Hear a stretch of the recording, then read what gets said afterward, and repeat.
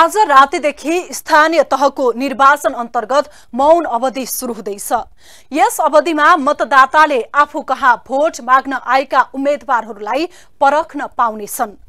उम्मेदवार परख्ने मुख्य स्रोत उनीहरूले जारी गर्ने घोषणा पत्र नै हो। त्यसबाहेक उम्मेदवारले घर घरमा आएर गरेका अनावश्यक भाषाको कुनै आधिकारिकता हुँदैन। जनताका मौलिक अधिकारका विषयमा उम्मेदवारहरूको के योजना छ? हामीले दलका अनि उम्मेदवारका घोषणा पत्रलाई सिरफार गरिरहेका छौं। नमस्कार, म शान्ति गिरी। यो हो न्यूज च्याट टुडे।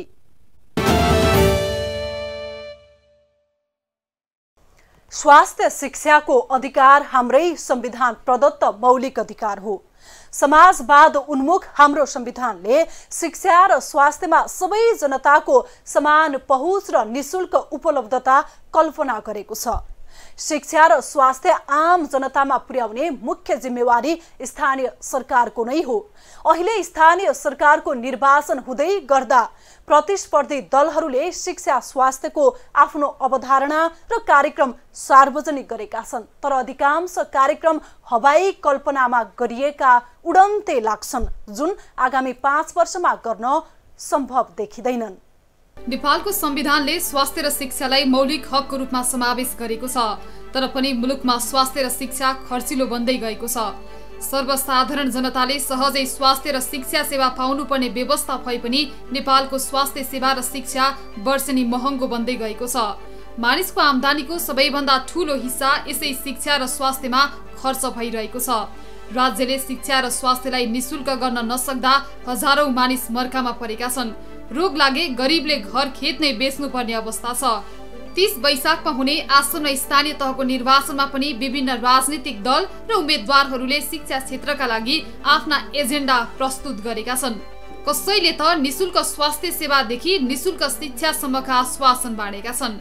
यस्ता छन् एमालेको घोषणा पत्रमा शिक्षा र स्वास्थ्य क्षेत्रका एजेन्डा। गुणस्तरीय शिक्षा, आधुनिक शैक्षिक पूर्वाधार, निशुल्क शिक्षाको मौलिक अधिकार सुनिश्चित गर्न केन्द्र, प्रादेशिक तथा स्थानीय सरकारहरूले आफ्नो कुल बजेटको न्यूनतम 20% शिक्षामा लगानी गर्ने व्यवस्था गरिनेछ। माध्यमिक तहसम्मको सम्पूर्ण शिक्षा अनिवार्य र निशुल्क गरिने, सबै विद्यालयमा सूचना तथा संचार प्रविधिलाई अनिवार्य गर्ने, यी लाइब्रेरी स्थापना गर्ने, सम्पूर्ण विद्यार्थीहरूलाई पाठ्य पुस्तकका साथै क्रमशः ल्यापटप समेत अध्ययन सामग्रीका रूपमा उपलब्ध गराइने। आगामी 2 वर्षभित्र विद्यालय जाने उमेरका सबै बालबालिकालाई विद्यालयमा भर्ना हुने सुनिश्चितता गरिनेछ। आगामी 10 वर्षभित्र 95% युवा जनशक्ति शिक्षित हुने गरी शैक्षिक कार्यक्रम सञ्चालन गरिनेछ। शैक्षिक क्षेत्रलाई राजनीतिक हस्तक्षेप मुक्त बनाइनेछ। सामुदायिक विद्यालयका लागि सुरक्षित भवन, पर्याप्त फर्निचर, पुस्तकालय, शैक्षिक सामग्री, प्रयोगशाला, खानेपानी, छात्र छात्राका लागि छुट्टा छुट्टै शौचालय, खेलकुदको व्यवस्था, सरसफाई आदिको प्रबन्ध विद्यार्थी संख्याको अनुपातमा गरिनेछ। स्वास्थ्य बीमा, निशुल्क उपचार, संविधानमा प्रबन्ध भएको स्वास्थ्य सम्बन्धी मौलिक हकको कार्यान्वयन सुनिश्चित गरिनेछ। सबै नागरिकहरूलाई अनिवार्य स्वास्थ्य बीमामा आबद्ध गरिनेछ। गरिबीको रेखामुनि रहेका जनताको लागि बीमा रकमको 50% सरकारले भुक्तानी गरिदिनेछ। संघीय सरकार, प्रदेश सरकार र स्थानीय सरकारहरूले सञ्चालन गरेका अस्पतालहरूमा नेपाली नागरिकले तोकिएका रोगहरूको निशुल्क उपचार प्राप्त गर्नेछन्। हरेक गाउँपालिकाको केन्द्रमा कम्तीमा 25 तथा नगरपालिकाको केन्द्रमा 50 शय्याका सुविधा सम्पन्न अस्पताल सञ्चालन गरिनेछ। गर्भवती तथा सुत्केरीलाई पोषण सहित आवश्यक सम्पूर्ण सेवा निशुल्क र सहज ढङ्गले उपलब्ध गराइनेछ। प्रसुति सेवाको अभावमा आमाको ज्यान जाने अवस्थाको अन्त्य गरिनेछ। घातक स्वास्थ्य समस्याहरूको रूपमा रहेका उच्च रक्तचाप, मुटु रोग, मधुमेह, मृगौला रोग, दम, खोकी, क्यान्सर आदि घातक रोगहरूको औषधि, रक्त परीक्षण र स्वास्थ्य जाँच निशुल्क रूपमा उपलब्ध गराइनेछ। मृगौला रोगीहरूका लागि डायलासिस तथा प्रत्यारोपण सेवा निशुल्क तथा सहज ढङ्गले प्राप्त गर्ने गरी प्रत्येक प्रदेशसम्म विस्तार गरिनेछ। गाउँ नगरपालिकामा क्यान्सर रोगको निदान र उपचारका लागि प्रदेशमा क्यान्सर उपचार केन्द्र स्थापना गरिनेछ। रिफर गर्ने उचित प्रबन्ध मिलाइनेछ। यस्ता छन् स्थानीय निर्वाचनमा कांग्रेसको शिक्षा र स्वास्थ्यका एजेन्डा। हरेक स्थानीय तहमा एउटा सुविधा सम्पन्न उत्कृष्टताको केन्द्र, सेन्टर या एक्सिलेन्सको रूपमा कम्तीमा एउटा अगुवा विद्यालय सञ्चालन गरिने, विद्यार्थीहरूमा आलोचनात्मक चेत, सृजनशीलता, रचनात्मक क्षमता, अरूसँग मिलेर काम गर्ने सिप पाठ्यक्रमलाई प्रोत्साहन गरिने। महानगर, उपमहानगर र ठूला नगरपालिकाहरूमा स्तरीय नवप्रवर्तन केन्द्र, इनोभेसन सेन्टर तथा माध्यमिक विद्यालयहरूमा मेकर्स स्पेसको अवधारणामा रचनात्मक क्षमताको विद्यार्थीहरूले आफूले निर्माण गरेका र सिकेका कुराहरूको प्रदर्शन गर्ने अवसर पाउने गरी वार्षिक सिकाइ मेला सञ्चालन गरिने। विद्यार्थीहरूको सर्वाङ्गीण विकासका लागि गुणस्तरीयता दिवा खाजा कार्यक्रम, छात्राहरूका लागि विद्यालयमा नै गुणस्तरीय निशुल्क सेनिटरी प्याडको व्यवस्था, विद्यालयहरूमा आवश्यक न्यूनतम पूर्वाधार, पुस्तकालय, कक्षा कोठा, लैङ्गिक मैत्री शौचालय तथा अपाङ्ग मैत्री संरचनाहरूको व्यवस्था, हरेक त्रैमासिक परीक्षासम्म 100% उपस्थित हुने विद्यार्थीका अभिभावकलाई सम्मान, माध्यमिक तहको विद्यालय सुधार योजना अन्तर्गत विषयगत शिक्षकहरूको अभावलाई पूर्ति गर्ने गरी दरबन्दीको व्यवस्था, प्रत्येक विद्यालयमा विद्युतीय हाजिरीको व्यवस्था, गुणस्तर विकासका लागि प्रत्येक स्थानीय तहमा विद्यालयहरूको सिकाइ उपलब्धिको अवस्थाको मापन गर्ने र तथ्याङ्कलाई सार्वजनिक गर्ने परिपाटीको निर्णय, नवनियुक्त शिक्षकलाई सेवा प्रवेश पूर्व कम्तीमा 6 देखि 8 हप्ताको आवासीय तालिम साथै आवधिक सेवाकालीन तालिम प्रयोगात्मक रूपमा सञ्चालन। स्वास्थ्यमा कांग्रेसका यस्ता छन् एजेन्डा। निशुल्क आधारभूत स्वास्थ्य सेवा, गुणस्तरीय सेवामा सहज र समतामूलक पहुँच सुनिश्चित गर्न नेपाली कांग्रेस निम्न संकल्प गरेको छ। स्थानीय तहले विनियोजन गर्ने स्रोतबाट स्वास्थ्य क्षेत्रको बजेटलाई कम्तीमा 10% पुर्याउने, नगरपालिकाको स्वास्थ्य लक्ष्य निर्धारण गरी तथ्य र प्रमाणका आधारमा योजना, कार्यक्रम र बजेट तर्जुमा गर्ने, एकीकृत स्वास्थ्य पूर्वाधार विकास मापदण्ड अनुरूप भौगोलिक अवस्था, जनसङ्ख्या र रणनीतिक क्षेत्र अनुसार नागरिकको सहज पहुँच हुने गरी स्वास्थ्य संस्थाको नक्साङ्कन गर्दै सेवाका आधारमा हरेक वडामा आधारभूत स्वास्थ्य केन्द्र, गाउँ नगरपालिकामा विशेषज्ञ सेवा सहितको प्राथमिक अस्पताल, उपमहानगरपालिका र महानगरपालिकामा विशेषज्ञ सेवा सहितको अस्पताल स्थापना गर्ने, त्यसका लागि आवश्यक जनशक्ति, पूर्वाधार, प्रविधि र उपकरणको व्यवस्था गर्ने, नियमित परीक्षण गर्न वडामै प्रयोगशाला सुविधा विस्तार गर्ने, स्वास्थ्य सेवा र संरचनालाई लैङ्गिक मैत्री, ज्येष्ठ नागरिक मैत्री र अपाङ्गता मैत्री बनाउने, 65 वर्ष माथिका ज्येष्ठ नागरिक, महिला, स्वास्थ्य स्वयंसेविका, अति विपन्न, दलित, एकल महिला, अति अशक्त र अपाङ्गता भएका व्यक्तिलाई निशुल्क बिमा, 5 वर्षभित्र प्रत्येक स्थानीय तहलाई पूर्ण स्वास्थ्य बीमित बनाउने, एकीकृत समाजवादीको घोषणा पत्र, निशुल्क स्वास्थ्य उपचार। एकीकृत समाजवादीले स्थानीय तहमा स्वास्थ्यलाई पहिलो प्राथमिकता दिने उल्लेख गरेको छ। निशुल्क उपचारको व्यवस्था गर्ने र जटिल खालका शल्यक्रिया बाहेकका सबै उपचार स्थानीय अस्पतालबाट उपलब्ध गराइने घोषणा पत्रमा उल्लेख गरिएको छ। जटिल खालका शल्यक्रियाहरू जस्तै मुटु, मृगौला, कलेजो, फोक्सो र टाउकोको भित्री शल्यक्रिया बाहेकका उपचारहरू स्थानीय अस्पतालबाट निशुल्क रूपमा उपलब्ध गराइने जारी घोषणा पत्रमा उल्लेख छ। शिक्षामा सुधारको बाचा, माध्यमिक तहको शिक्षा पूरा गरेका विद्यार्थीका लागि सिक्दै र कमाउँदै लर्न एन्ड अर्न प्रणाली सुरु गर्ने प्रतिबद्धता एकीकृत समाजवादीको छ। कृषि, स्वास्थ्य, प्रविधिमा उच्च शिक्षा हासिल गर्नका लागि स्थानीय सरकारद्वारा छात्रवृत्ति र सहयोगको व्यवस्था गरिने घोषणा पत्रमा उल्लेख गरिएको छ। स्वतन्त्र उम्मेद्वारको शिक्षा र स्वास्थ्य क्षेत्रमा एजेन्डा, काठमाडौँ महानगरपालिकाबाट स्वतन्त्र रूपमा प्रमुख उम्मेद्वार बनेका बालिन शाहले पनि शिक्षा क्षेत्रमा आफ्नो एजेन्डा प्रस्तुत गरेका छन्। काठमाडौँ महानगरपालिकाका सामुदायिक विद्यालय, पूर्वाधार, गुणस्तर र वातावरण सुधार गर्ने तथा प्राविधिक शिक्षामा जोड दिने खालका योजनाहरू सार्वजनिक गरेका छन्।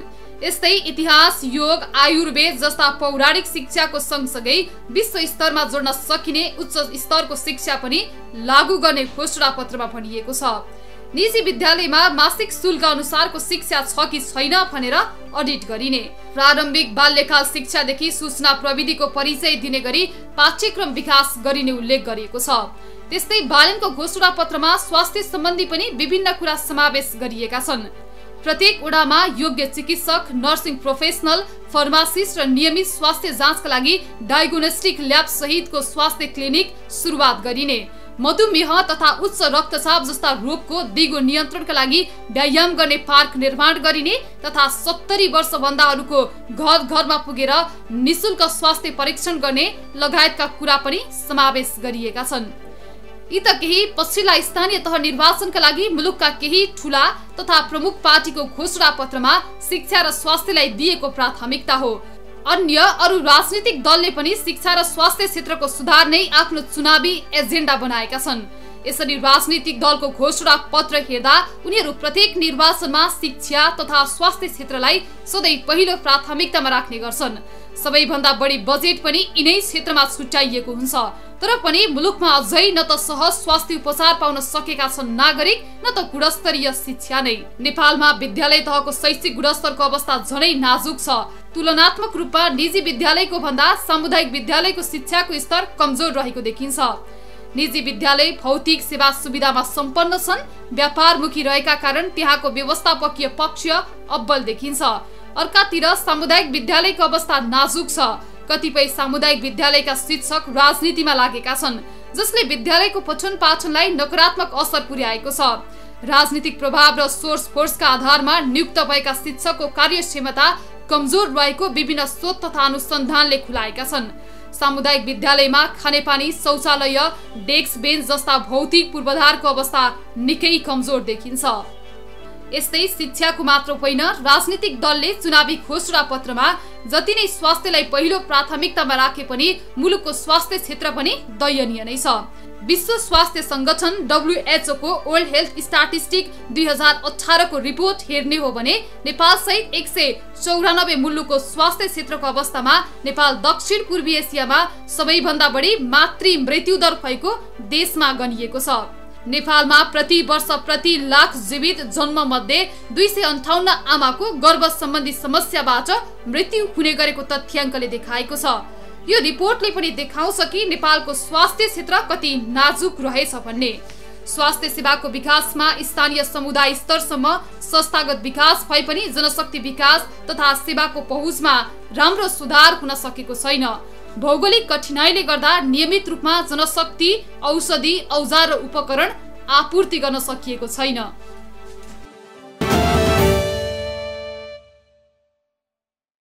निर्वाचनमा मौन अवधि सुरु भएपछि अब मतदाताको घर घरमा नारा लगाउँदै आउने उम्मेदवार र उनका समर्थकको भिड लाग्ने छैन।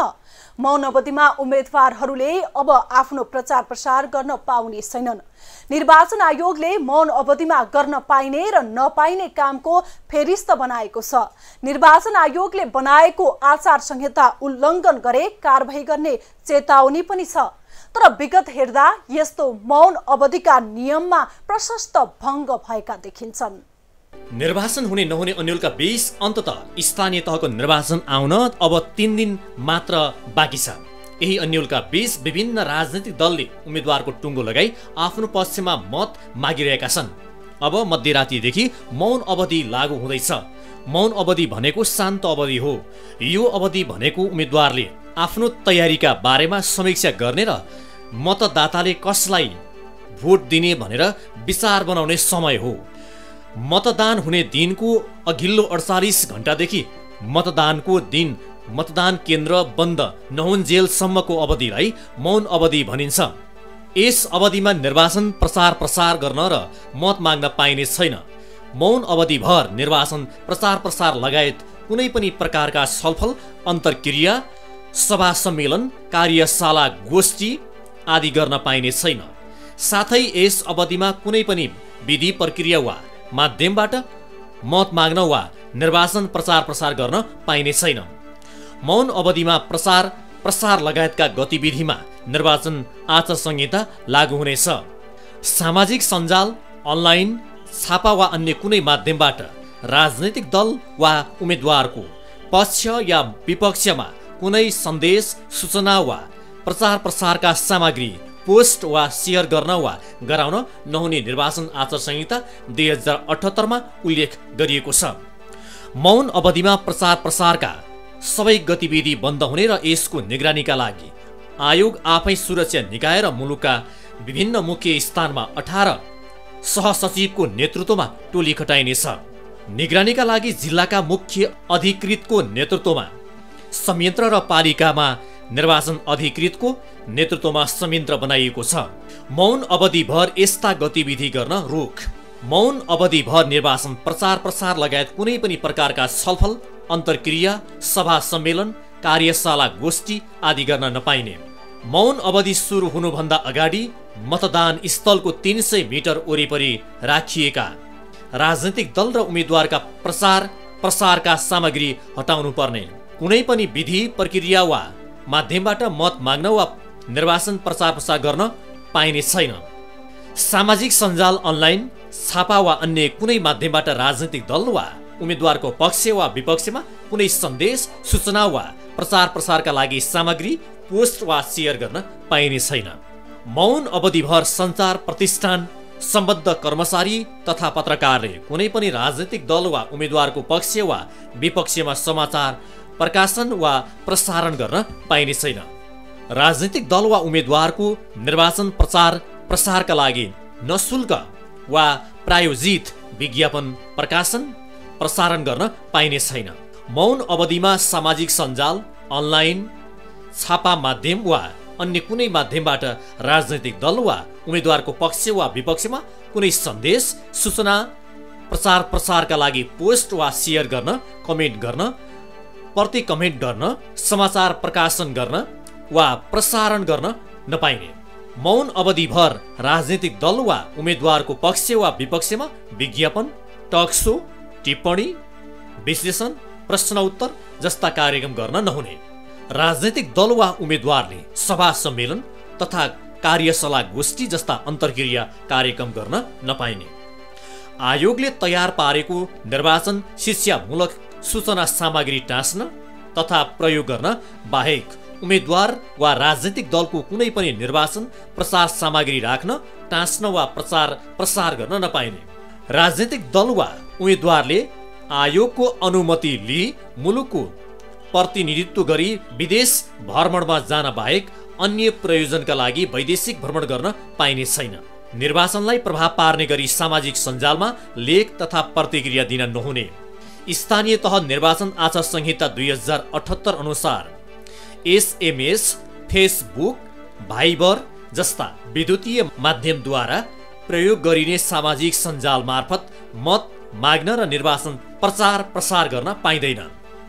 उम्मेद्वार वा राजनीतिक दलको निर्वाचन चिन्ह, अङ्कित पहिरन, टोपी, स्टिकर, लोगो, झोला, ट्याटू जस्ता साङ्केतिक सामग्रीको प्रयोग गर्न, बिक्री गर्न वा प्रदर्शन गर्न वा गराउन पाइने छैन।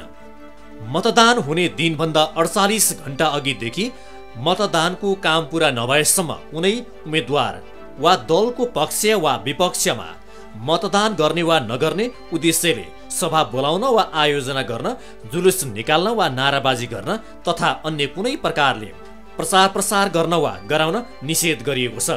आचार संहिता उल्लङ्घन गरेको पाइए आयोगले कारबाही गर्नेछ। मौन अवधि उल्लङ्घन गर्नेलाई आयोगले रु 1 लाखसम्म जरिवाना तथा उम्मेदवारी रद्द गर्न सक्ने सम्मको सजायको निर्णय गर्न सक्ने अधिकार रहेको छ।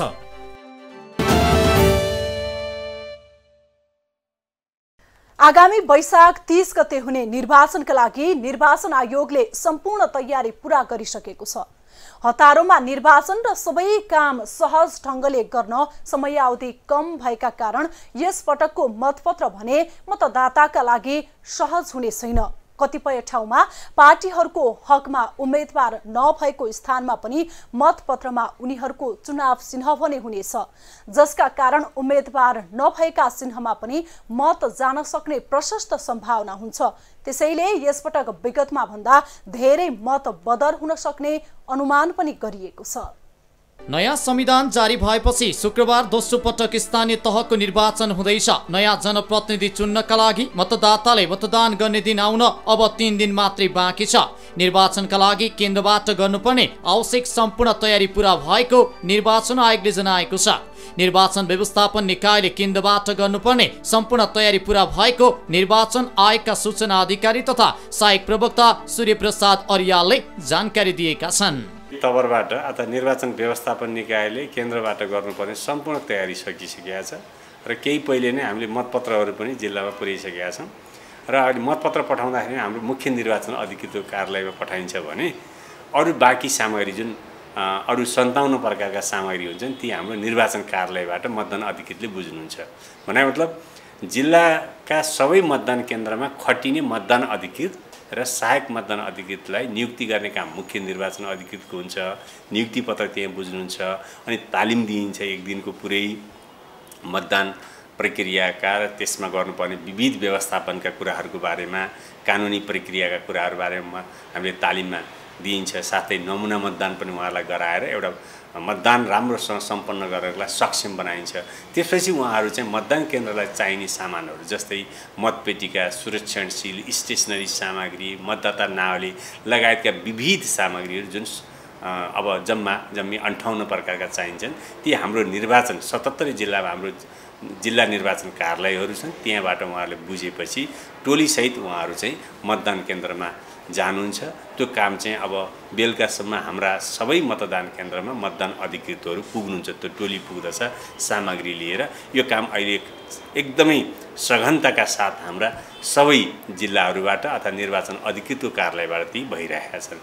र केन्द्रबाट गरिने कुरा भनेको आचार संहिताको अनुगमन गर्ने कुराहरू, कहीँ जिल्लाबाट आएका केही अप्ठ्याराहरू, व्यवस्थापकीय अप्ठ्यारा हुनसक्छ, जनशक्ति व्यवस्थापनका अप्ठ्याराहरू हुनसक्छ, सामग्री सम्बन्धी कहीँ केही कुराहरू छिटपुट समस्या देखिएको हुनसक्छ। ती कुराहरूको जुन आयोगलाई प्राप्त भएका कुराहरूको केन्द्रीय तवरबाट गरिनुपर्ने समाधान अथवा निकासा यहाँबाट हुन्छ। साथसाथै अब हामीले पर्यवेक्षकहरूलाई खटाउनेको लागि हामीले परिचय पत्र दिइसकेका छौँ। त्यो कामको पनि एउटा समन्वयात्मक प्रयास हामी गर्छौँ।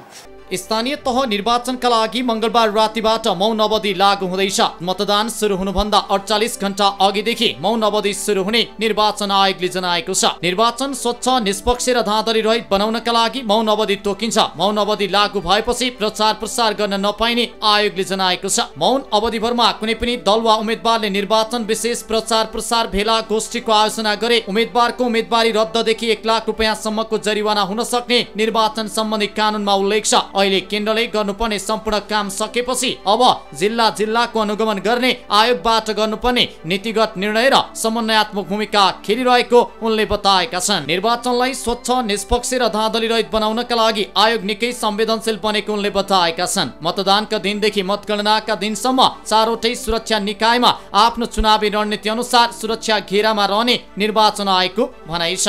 निर्वाचन आयोगले अहिले मैले भने नि JEOC joint election operation centre मार्फत र अनि चाहिँ अब आयोगको एउटा समन्वयात्मक प्रयासबाट अर्थात् सुरक्षा निकाय र आयोगबीच हुनुपर्ने न्यूनतम एउटा सम्बन्ध सहकार्य कस्तो हुनुपर्छ त्यसको ढाँचा तय चाहिँ हाम्रो सुरक्षा व्यवस्थापन निर्देशिकाले गरेका छ। कहाँ कसरी काम गर्ने भन्ने कुरा। यसका अतिरिक्त चारवटै सुरक्षा निकायले आफ्नो तवरबाट र कतिपय कुराहरू समन्वयात्मक प्रयासमा गरिने रणनीतिक तरिकाले गरिने सुरक्षा व्यवस्थालाई मजबुत पार्ने र आम मतदाता नागरिकलाई चाहिँ एउटा भयरहित वातावरण छ भन्ने कुराको निधो अथवा त्यसलाई यो सुरक्षाको सम्बन्धमा के भनिन्छ भन्दा सुरक्षा छ भनेर मात्र हुन्न, सुरक्षा जसले अपेक्षा गर्छ उसले चाहिँ सुरक्षित छु अथवा भयरहित वातावरण छ भन्ने कुरा फिलिङ पनि हुनुपर्छ अरे। त्यो वातावरण कायम गर्नको लागि चाहिँ अब चारवटै सुरक्षा निकायले रणनीतिक हिसाबले सुरक्षा घेराहरू तय गर्ने, स्ट्राइकिङ फोर्सहरूको गठन र त्यसको परिचालन, मोबाइल फोर्सको चाहिँ व्यवस्था लगायत रिजर्भ फोर्स कहाँ कसरी राख्ने र तुरुन्त कसरी परिचालन गर्ने भन्नेमा उहाँहरूको एउटा आन्तरिक तयारी र त्यसको समन्वयात्मक प्रयास हुन्छ। त्यो अनुसार चाहिँ सबै जिल्लामा उहाँहरूले त्यही अनुसार परिचालन गर्नुहुन्छ र जिल्लाको हकमा चाहिँ स्थानीय प्रशासनलाई परिचालन गर्ने, त्यसको समन्वयात्मक मोबिलाइजेसन गर्ने काम त स्थानीय प्रशासनकै हुन्छ। त्यो त्यहीको जिम्मा हुन्छ, त्यहीबाट हामीलाई पनि रिपोर्टिङ हुन्छ। निर्वाचनका लागि आवश्यक मतपत्रदेखि अन्य सामग्रीहरू मतदाता संख्या, मतदान स्थल र मतदान केन्द्रका आधारमा पठाइएको छ। निर्वाचनका लागि 48 प्रकारका मतदानका सामग्रीहरू आवश्यक रहेकोमा त्यसमध्ये महत्त्वपूर्ण मतपत्र भएकाले सबै जिल्लामा आवश्यकताको आधारमा मतपत्र पठाइएको निर्वाचन आयोगले जनाएको छ। जिल्लाको मतदाताको संख्याकै आधारमा 10 देखि 15% मतहरू थप गरेर पठाइएको छ। हाम्रो प्रत्येक मतदान स्थलमा कति मतदाता छन् त्यो मतदाता, जस्तै एउटा मतदान स्थलमा 705 जना मतदाता छ भने हामीले 800 मतपत्र पठाइन्छ अथवा 750 मतपत्र, केही बढी एक्स्ट्रा। त्यहाँ कुनै मतपत्रको नम्बर छुटेको हुनसक्छ, कुनै चाहिँ अब अलिकति मधुरो प्रिन्ट भएर चेक गर्दा पनि त्यस्तो फेला पर्यो भने एउटा सही मतदान र मतपत्रको सही सदुपयोग हुनको लागि हामी त्यस्ता मतपत्रलाई छुट्टै राखेर त्यसको छुट्टै तेरिज खडा गर्छौँ। त्यसैले प्रत्येक मतदान केन्द्रमा त्यसरी मतपत्र खटाइएको हुन्छ। अब त्यो जिल्लामा कति मतदान केन्द्र छन् र कति मतदाता छन् त्यसमा केही पर्सेन्ट 10%, 15% थपेर हामीले मतपत्रहरू जिल्लामा पठाएका हुन्छन्। त्यही अनुसार व्यवस्था हुन्छ। सामग्रीको हकमा पनि कुरा गर्दाखेरिमा 58 प्रकारका सामग्री चाहिन्छ। त्यसमा एउटा मतपत्र पनि हो। त्यसका मतपत्र बाहेक चाहिँ 57 प्रकारका सामग्री पनि हामीले जिल्लामा 10% एक्स्ट्रा हुने गरी पठाएका छौँ। तर जिल्लाले चाहिँ मतदान केन्द्रमा पठाउँदा जति चाहिने हो दरबन्दी अनुसार अब 21वटा सेक्युरिटी सिल पठाउने हो भने उसले 21वटै पठाउँछ। 6वटा स्वस्तिक छाप चाहिने हो भने एउटा मतदान केन्द्रमा 6वटै पठाउँछ। त्यो दरबन्दी हुन्छ। जगेडा सामग्रीहरू हाम्रो निर्वाचन कार्यालयमै मौजात रहेका हुन्छन्। यदि कहीँ तुरुन्तै मतदान कार्य स्थगित गर्नु पर्यो, पुनः मतदान गर्नु पर्यो भने त्यही रहेको जगेडा सामग्रीबाट फेरि उहाँले व्यवस्थापन गरेर अर्को दिन फेरि खटाउनु पर्ने हुन्छ। त्यो तत्कालको व्यवस्थापन गर्नको लागि एउटा कन्टिन्जेन्सी प्लानिङ अनुसार त्यसरी सामग्री व्यवस्थापन गरिएको हुन्छ।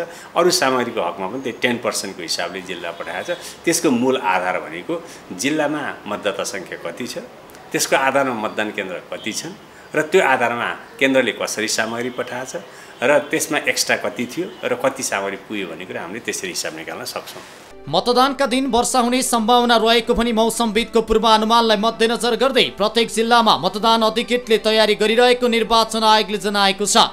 यसअघि खुल्ला चौरमा मतदान स्थल राखिएको भए पनि पानी पर्ने सम्भावनालाई मध्यनजर गर्दै कतिपय ठाउँमा तिरपालको व्यवस्था गर्नेदेखि मतपेटिका सुरक्षित राख्ने कुरालाई विशेष ध्यान दिइएको सहायक प्रवक्ता अर्यालले बताएका छन्।